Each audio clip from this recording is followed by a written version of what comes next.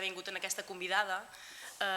us hem convocat per presentar-vos una iniciativa que sorgeix arrel d'una de les moltes xerrades que duim fent des que hem començat a governar i ens hem anat seguint en diferents entitats, associacions, de tercer sector, per tal de fer un pot de full de ruta de com promocionar el producte local de la nostra illa. En diverses segudes vam tenir la sort de mantenir una conversa amb Fra Roger i Cooperativa Sant Crispín i ens van informar d'un conveni de col·laboració que tenen signat de fa estona arrel de l'obertura de la cuina dins la Cooperativa Sant Crispín,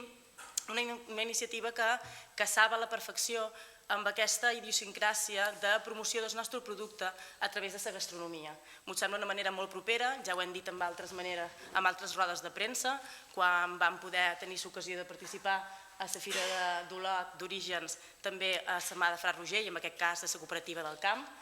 i m'ho sembla una manera interessant i propera d'arribar a la gent i de poder promocionar, com ben dient, el nostre producte local. Aquesta iniciativa, com dic, rep el nom de la campanya de 12 mesos, 12 mossos, i venen a ser 12 vídeos receptes que es anaran editant mensualment i que van iniciar-se ja per la campanya de Nadal dins el mes de desembre. Aquest vídeo que hi ha penjat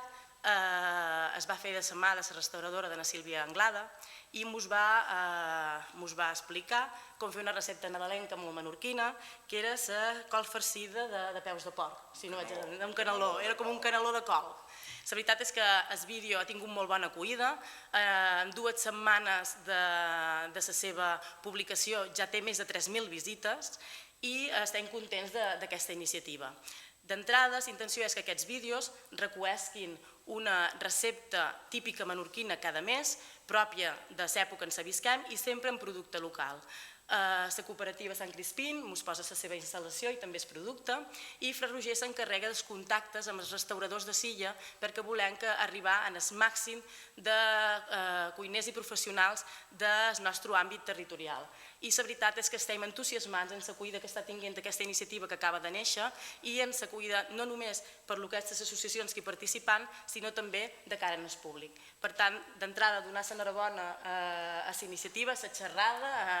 al punt de partida i esperar que seguim amb aquest èxit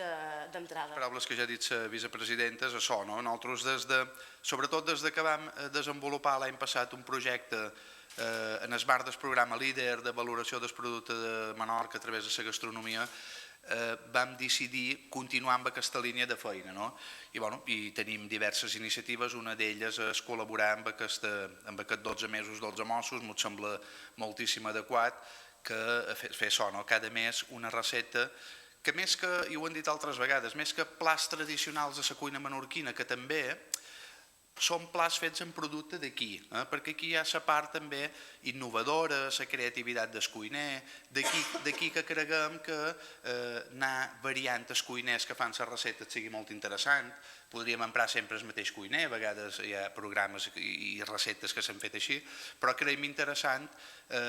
alternar, diríem, diversos cuiners, diverses maneres de fer i que porti cada un el seu talent culinari a una elaboració d'aquest tipus, perquè tots tenen el seu toc personal i la base és el producte local. Al final la cuina menorquina és la cuina que es fa en producte d'aquí i que es fa per gent que està aquí i per procediments i mètodes i maneres i tradicions que han vingut emprant. Per tant,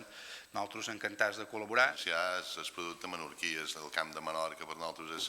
és bàsic i fonamental, i arrel del programa líder que OPSAM va fer la pàgina agroxarxa, jo quan anava a les reunions molta gent deia que la cooperativa de Sant Crispín és una mica referent del producte local a Menorca i ho intentàvem almenys anar per aquí. Clar,